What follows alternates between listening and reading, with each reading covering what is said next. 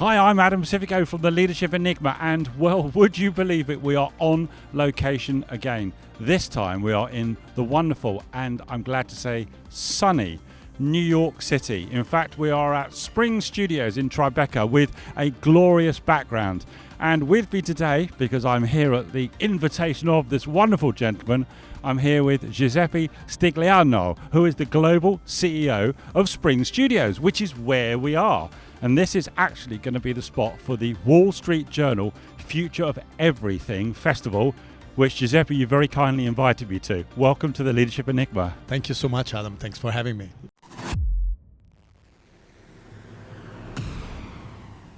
Hi, I'm Adam Pacifico, and welcome to the Leadership Enigma, a world-ranked, award-winning podcast that's insatiably curious as regards what leaders do, how they do it, and importantly, why.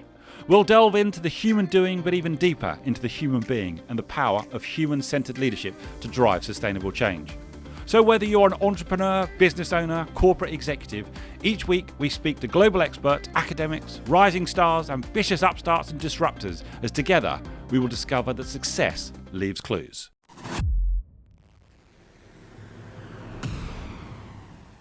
It doesn't get much better than this, does it? Let's be honest. It's just perfect. Perfect weather, perfect sun, perfect sky, perfect temperature. It's just amazing. Let's take Well, you can see that we've both got smiles, we've both got shades on, so it doesn't get any better than this. Look, Giuseppe, firstly, thank you so much for the kind invitation to join you here, but also to talk to you before the festival kicks off tomorrow. And it's a huge amount of goings on here right now. But I haven't really done an introduction for you because there's lots of things that I know you and I want to talk about. So Giuseppe, you didn't just become the global CEO of Spring Studios globally across all the sites. Tell us a little bit about your journey to leadership. Wow, what a question. I know, that's too open, isn't it? But you know what, let's start there. I'm Italian, obviously. I was born and raised in the south of Italy, moved to Milan because I wanted to study marketing, and that was the only chance for me, moving to Milan. I spent the following 5-6 years in Milan, then I moved to France for a while, I moved to Spain, I moved to New York, I moved to Washington, D.C., moved to London, spent time in different offices, and I started running my own company. At some point, my own company got the interest of a big holding. Yep. We sold the company, and I started my career as an entrepreneur, and I became a manager. Of course, I was scared. Of course, I was like, oh my God, they are going to give me a badge. I need to work from 9 to 5. I'm not used to it. What's going to happen? But then it didn't really happen. Yeah. They let me be the entrepreneur, if you want, the entrepreneur in-house. And I learned a lot, spent 10 years with WPP, so the largest marketing and communication holding in the world.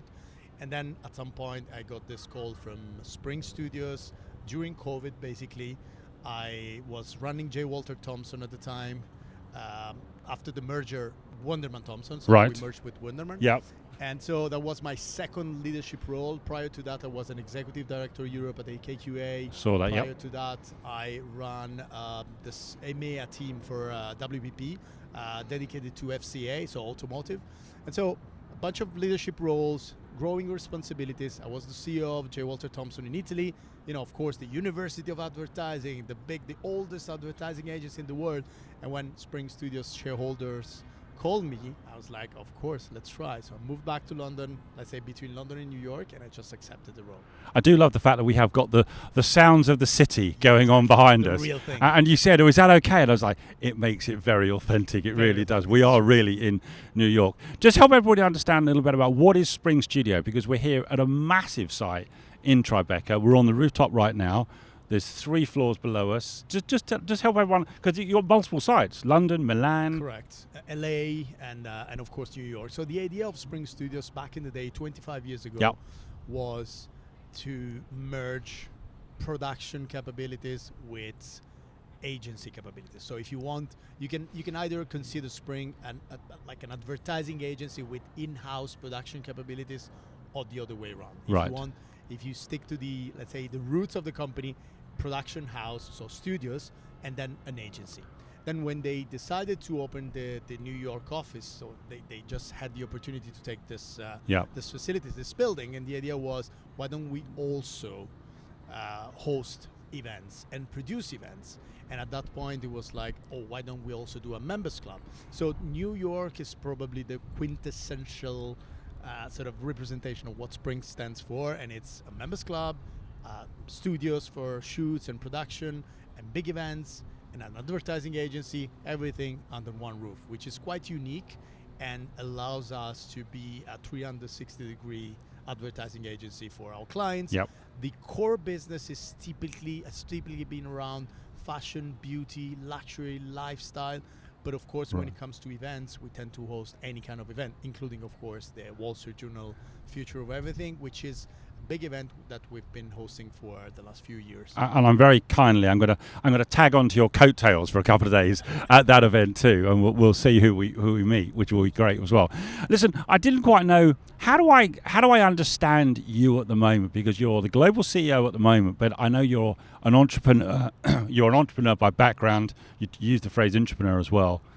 And you're an author, you're keynote speaking. So do you consider yourself someone with a mixed portfolio now because of your experience, or tell us a little bit about kind of how do you see yourself now? I actually like a lot the concept of a portfolio career. I Yep. don't see myself in one role, although of course this is my full-time job and it takes a lot of my time. But I also hold a PhD in marketing and economics, so I've always been teaching. I teach at UCL School of Management in London, but also in Milan, a couple of universities. Well, you're a professor as well, aren't you? Yeah, I'm an adjunct professor. This blend. There's a lot of titles for you right now. Yeah, you know what? The fact that I've always been this hybrid between the practitioner and the academic led me to many opportunities. Let's say at some point they asked me to give a talk, Yep. and then another one, and then I got used to it and I liked it a lot. So I decided to double down on it, and I hired a coach because I wanted to be good, and probably I became decent. And at some point they asked me to give a talk, and Philip Kotler, the father of marketing, was in the room. Now you can imagine, I hold a PhD in marketing and economics. My background is in marketing. I was running a marketing, and I'm running a marketing company. So when they told me, well, you're allowed to give a talk, and by the way, the father of marketing is in the room. No pressure. No pressure, exactly.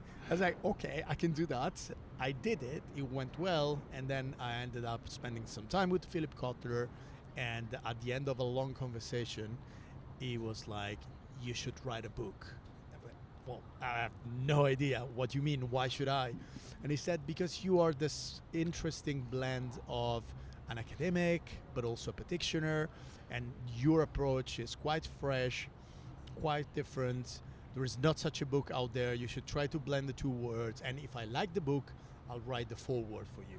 That was a great. That's a pretty good offer, isn't it? From the father of marketing. the The guy sold 80 million copies. So my commercial side was like, I was starting making some math, right?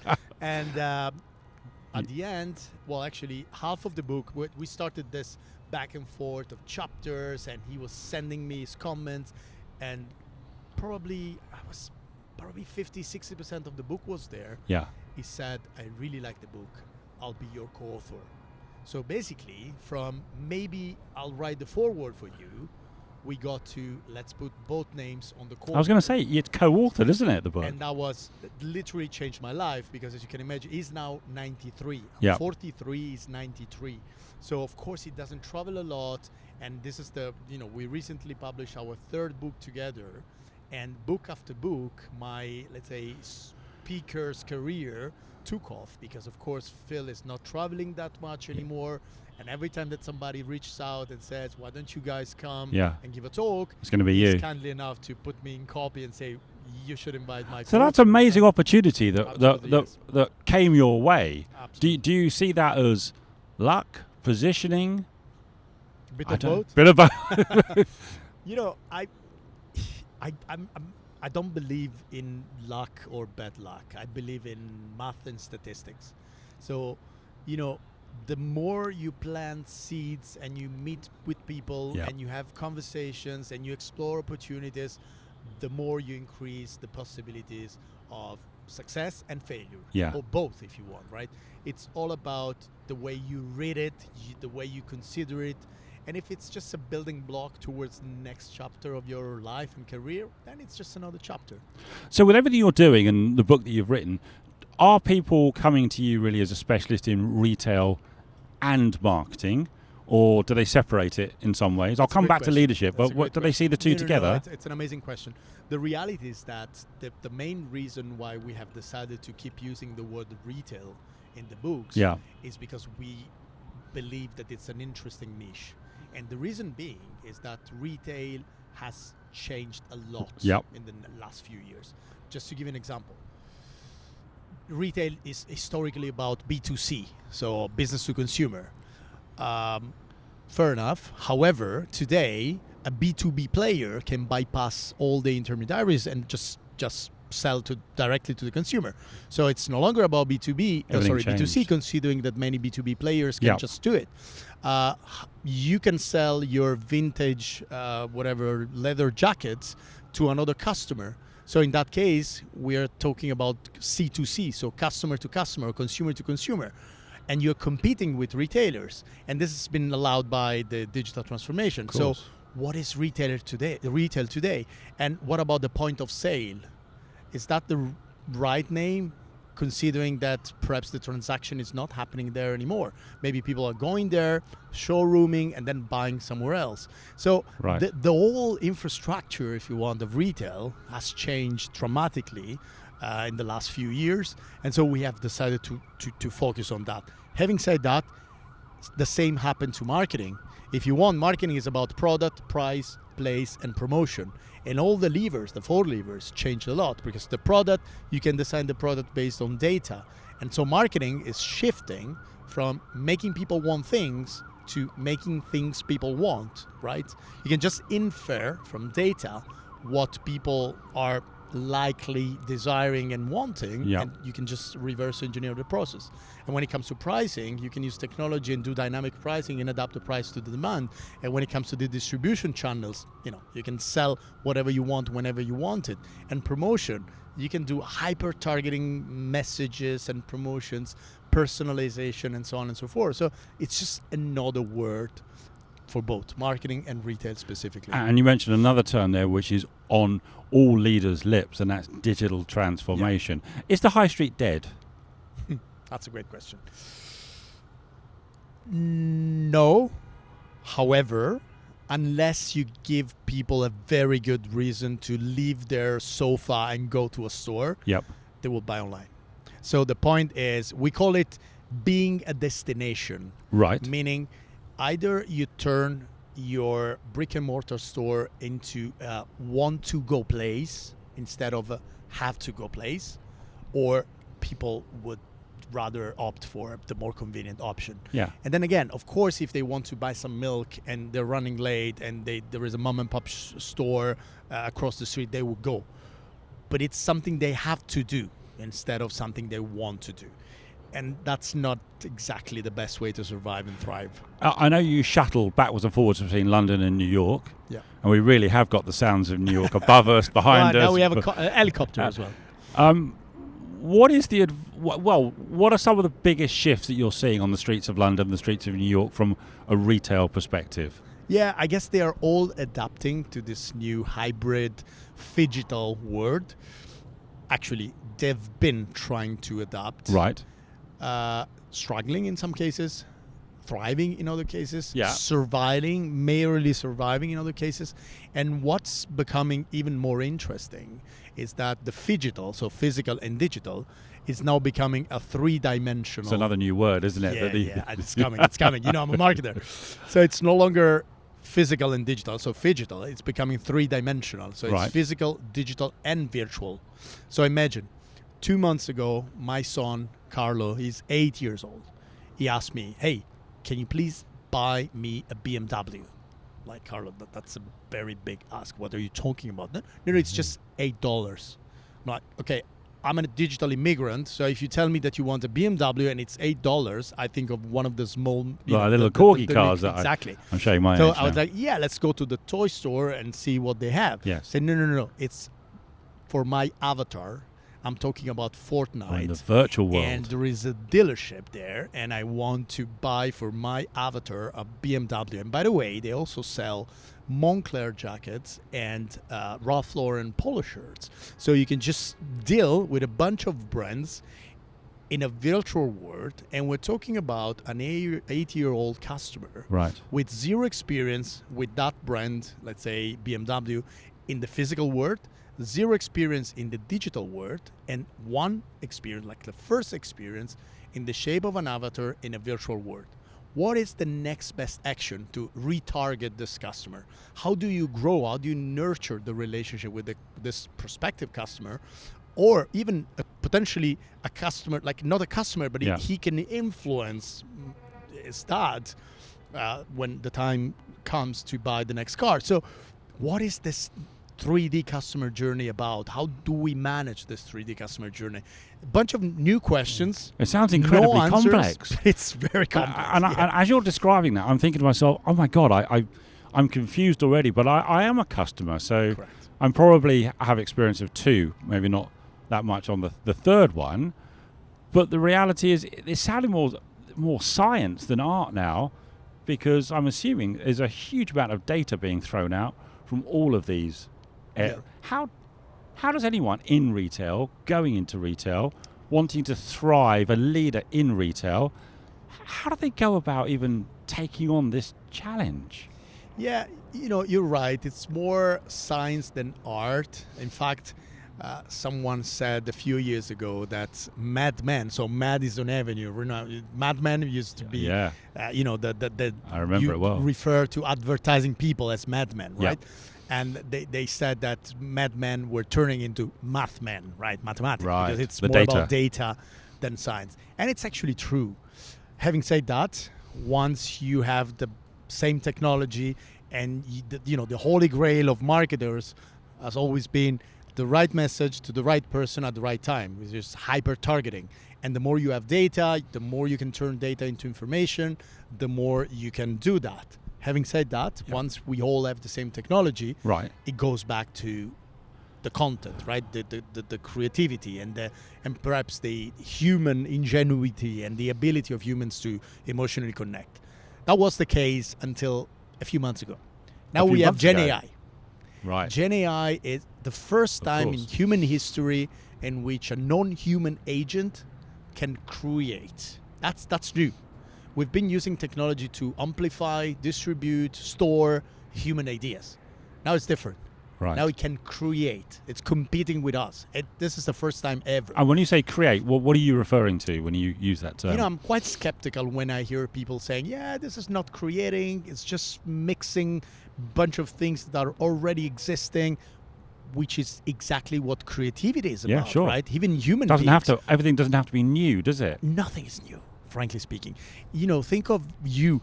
Every time that you come up with an idea, that is the result of a number. That is the result of a number of combinations of experiences and stories that you've heard and things that you've seen, and it's just the way it is. So creativity is the combination of existing, let's say, elements in a potentially new way, which is exactly what ChatGPT does. Then, if we want to say that it's more mechanic, it's less sympathetic, let's talk about it. But again, I'm quite skeptical when they just say, it's just a means to an end, it's just a tool, it's just mixing something that is already out there, created by humans. True, but I don't see this as so different from human beings, from what human beings do, except for the, let's say, emotional connection, empathy, all those things that are still human because they're about chemistry. That's the piece that I keep coming back to, because Gen AI is here and it will continue to exponentially grow in its capabilities. But that then gives us more time to do the human bits. So what are your thoughts in relation to that? You talk empathy, the curiosity, the human connection piece. It can't do that. Where does that still sit in our world, especially in what we've just been talking about, especially mass retail, high street retail, marketing, digital transformation? What are your thoughts in relation to that? It's hard to predict. If you asked someone with, like, I remember I did this panel with someone from OpenAI. Yep. And when he got this question, he said, we just need to be ready for a future in which we will have plenty of time to be human. See, I love that. Yeah, me too. I mean, it's an amazing dream, and I can't wait to delegate all the boring stuff. We can do things like this. Yeah, Two people having a conversation. Exactly. The AI will edit it. Yeah, exactly. Let's edit it, and let's focus on the nice conversation and the chemistry between two humans. I'd love to do that as much as I can. And also, we have a dog other than... I know, everyone's thinking, what are they looking at? And that's because there are dogs walking around, there are people coming in and out. It's real life. We really are having that New York experience. Exactly. So yeah, I mean, going back to the question, I can't wait for the day we will be able to delegate a lot of the boring stuff to technology and to focus on Latins used to call it otium, which is basically when you don't do negotium, which is basically, business, right? So every time that you're not doing business, you are doing something for yourself, for your fellow humans, for your family, for your friends, which is just good and what humans should do. So let's hope for a future in which we will be able to focus on value-added sort of tasks. Or even just travel the world, and it's a bit sounds like a dream. It's a bit utopic. Having said that, I do believe that in the next few years there will be a lot of productivity that we will just unlock thanks to AI, and it's our responsibility today to give AI freedom within the boundaries. Yes. To build a regulatory framework so that in a few years we will get the most out of this super powerful technology, and again delegate to this technology as much as we want, so that it doesn't hurt us and it doesn't create problems in the future. It's our responsibility today. So it sounds like we're going to get more time back, but let's be discerning in relation to where we spend that time.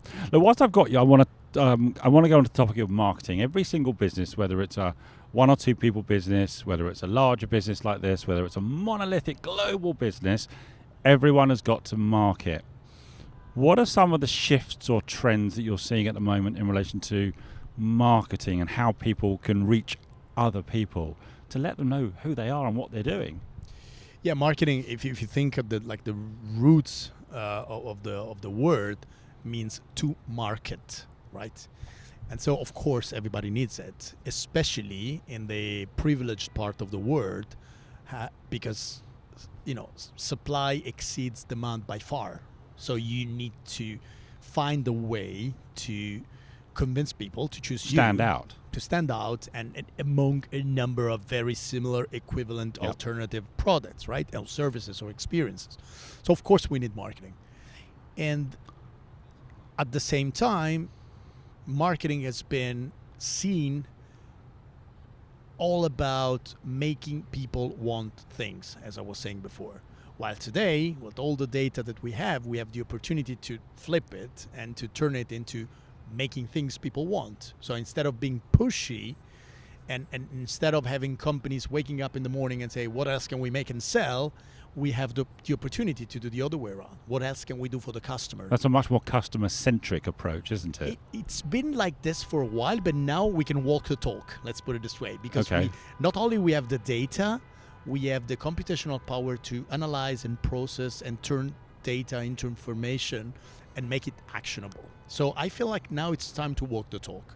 And at the same time, the democratization of technology, and Gen AI can play a role, can allow even mom and pop stores to leverage the power of technology. They can be global.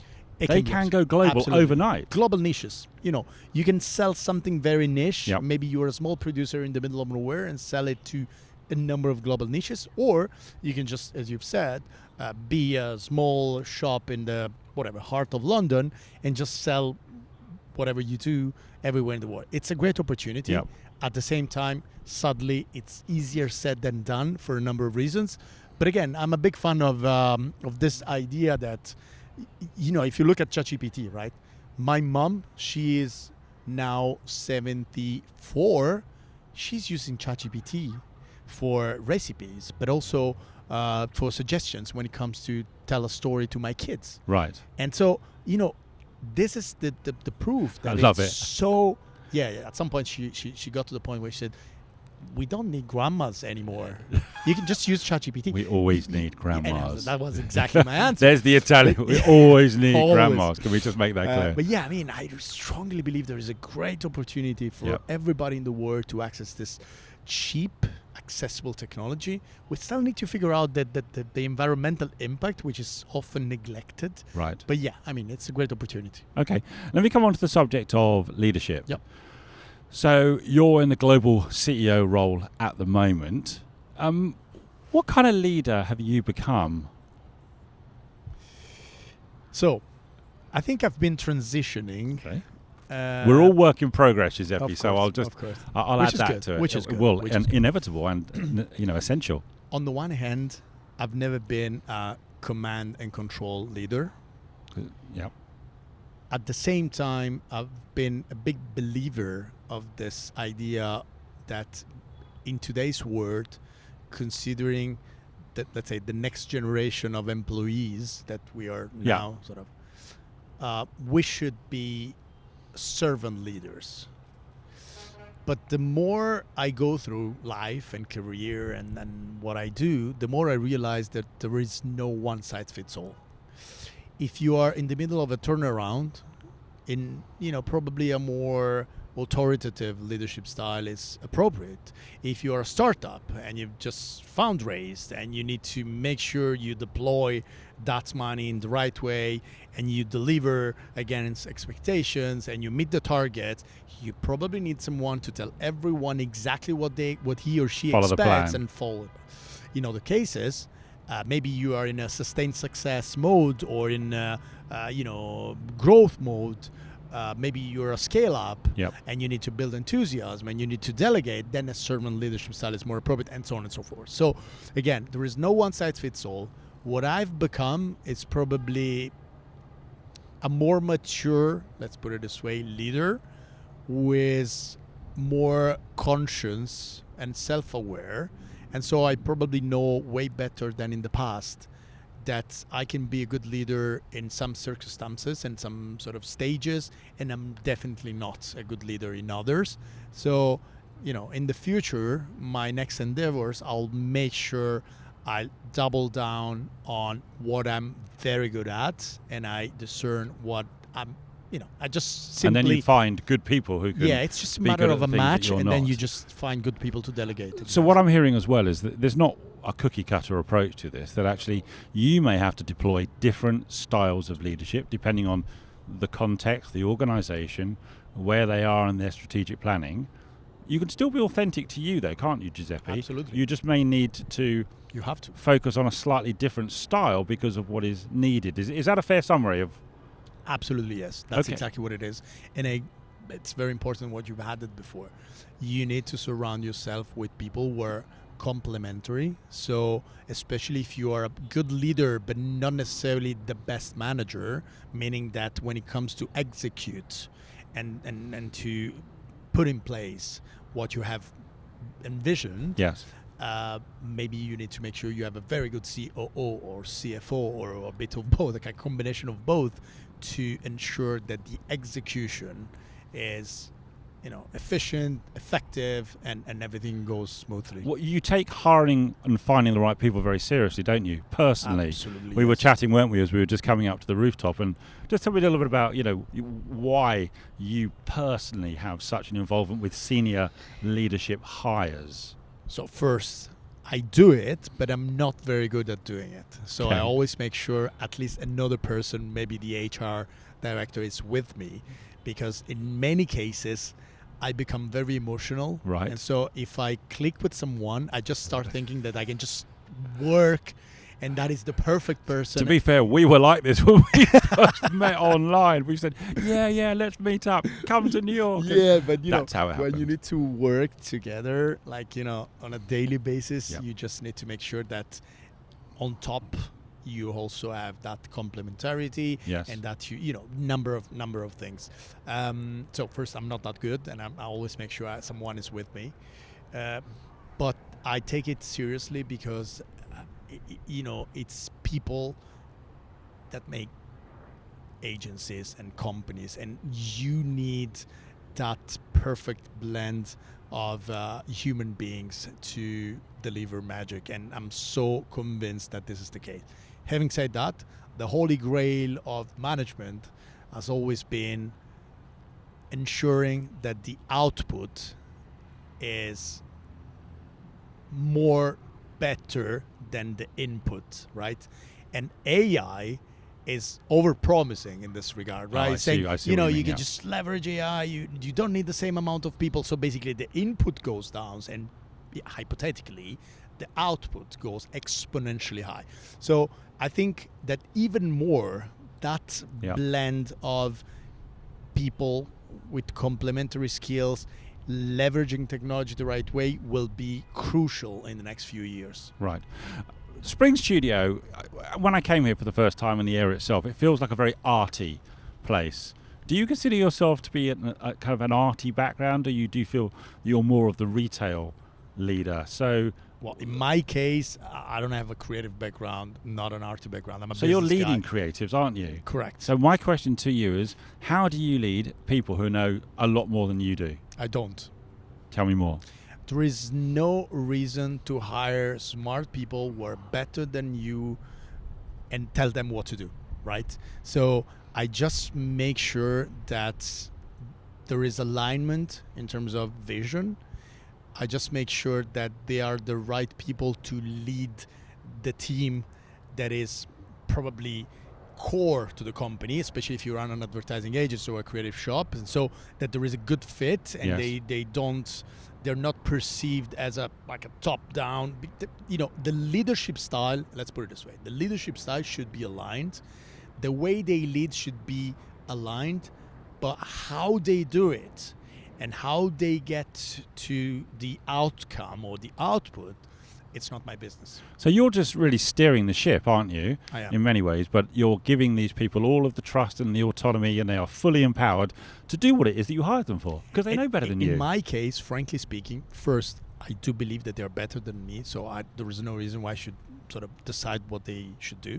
At the same time, being a big believer of this portfolio career, there would be no way for me to do what I do, including, teaching and writing and giving talks, unless I delegate a lot. You know what I mean? So I do love the idea that I can, trust the people I'm surrounded, and I select and I hire, but at the same time, it's a necessity. I've built my career on this So if you had to give it a headline, how would you headline your role as the global? You're not just the CEO of here, where we are, the facility in New York. You're the global CEO. Correct. How would you headline then your role or your remit as the global CEO? I think it's... And I love the fact you're pausing as well. This is good. Yeah, I need to It means think these are about good it. questions. Yeah. Yes, it is. Well, again, I think my job is to create the conditions for my general managers to thrive. Right. That's my job. Create the conditions Yeah. for them to succeed. I think that's good summary. When we think about leaders in your life, is there a leader that sticks out for you that's had a big impact on you? Someone that you have had experience with where you learnt a lot, even maybe just by watching and observing them as a role model? Yeah, actually, at the very beginning of my career, Yeah. and this is something that I've been hearing from other people as well. So it means that, especially at the beginning of our career, as leaders, we have a big responsibility because we tend to influence and create that imprinting. So at the very beginning, I was here in New York. I was working for the Italian Tourist Board. So our office was at the Rockefeller Center, and I was like a 22-year-old, trainee, whatever. Right. And I had an incredible leader. He was the general manager of the office, and for some reason he thought I reminded him of himself back in the day. So he spent so much time with me, and I remember him coaching me on very basic things like, let's go to that event And once we were there, he was like, look at that window. There is no way you can do an event in New York, like a 5-star experience in the middle of the afternoon and forget to clean the window, because can you see the drops? Right. That's not a good customer experience. Small things like that. And then, he was maybe having a meeting with the mayor of the city, and he would call me and say, why don't you come? And I didn't know who was in the room, so I would arrive like with my tie, but forgetting the jacket or the blazer, and he would look at me and say, you should probably get your blazer, right? So he was a teacher. A teacher, a coach, a father, a brother, everything at the same time. So in that case, that was exactly what I needed in that moment of my life, and he had so much influence on me, and I still remember a lot that guy. What do you hope that people say about? I did ask this question of another leader. What do you hope that people say about you when I'm not in the room? When you're not in the room. Have you seen that episode? Yeah. What do you hope?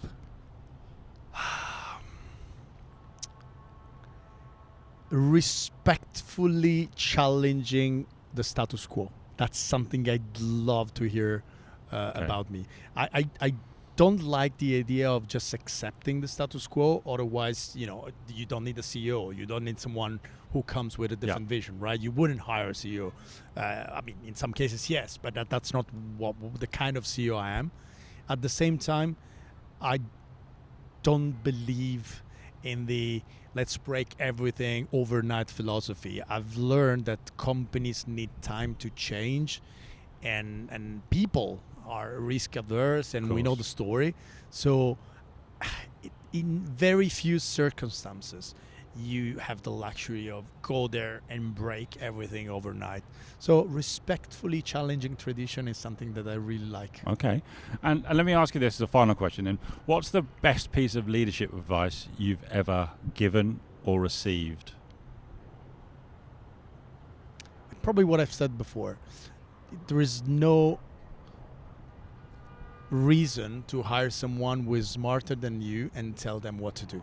I think this is the best piece of advice you can get. And I love that advice, because there is a lot said about the ability or inability of leaders to lead experts. Yeah. So the Wall Street Journal Future of Everything Festival is being hosted here at your amazing premises. What is your hope for that event? Because I know we're going to have many leaders visiting, keynoting from all over the world. I know it's a great event to have it in, but what do you hope for this 2-day event? So I remember last year I was here doing the Wall Street Journal Future of Everything, and Michelle Obama was giving a keynote speech. Yes. And I remember thinking, if she can, with her words, and this is true this year for every speaker, to have an impact and change the trajectory of life of just one person, something magic is happening. So, it's just one person at the time, if you want. But that idea that you share when you're on a stage, and that is also something that drives me when I'm on a stage, right? If you can share your thoughts, your ideas in a way that is engaging, so that you emotionally connect with the audience, but at the same time, you convey the message in such a way that someone clicks and says, I should try to do that. I should pivot. I should change my life. I should embrace that advice. Whatever it is, something magic is happening. Only takes one person to impact one person. Correct. Listen, you've been an absolute star. Thank you very much for the invite too. So I'm looking forward to the event. I shall be chaperoning you, for want of a better phrase.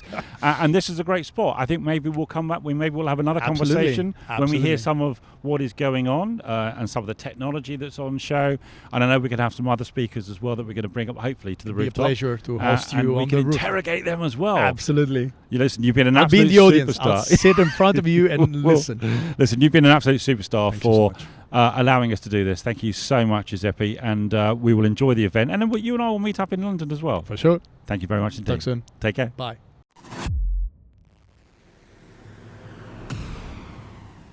Join us again next week for more curiosity and insight with the Leadership Enigma. We'd love to hear your comments on today's show as well as suggestions for future topics and guests. Get in touch with me on LinkedIn or visit us at www.leadersenigma.com.